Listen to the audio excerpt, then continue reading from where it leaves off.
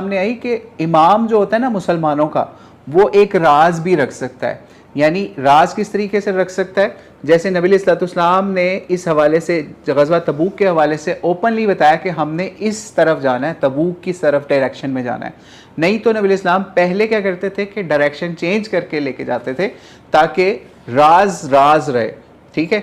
तो लेकिन इसके अंदर ओपन करके बता दिया हमने, हमारी ये डायरेक्शन होगी। इससे पता चलता है इमाम जो मुसलमानों का होगा, लीडर होगा, वो ये काम कर सकता है कि वो चाहे तो मुसलमानों को सिक्योरिटी रीजंस की वजह से अपना प्लान जो है वो ओपन ना बताए, ठीक है, और अपना राज भी जो है उसको राज रखे। जैसे नबी इस्लाम ने मुनाफिकीन के नाम जो है उनको राज रखा, ठीक है, सारे सहाबा को नहीं बताया, हज़रत अबू बकर, उमर, इनको सहाबा को नहीं बताया।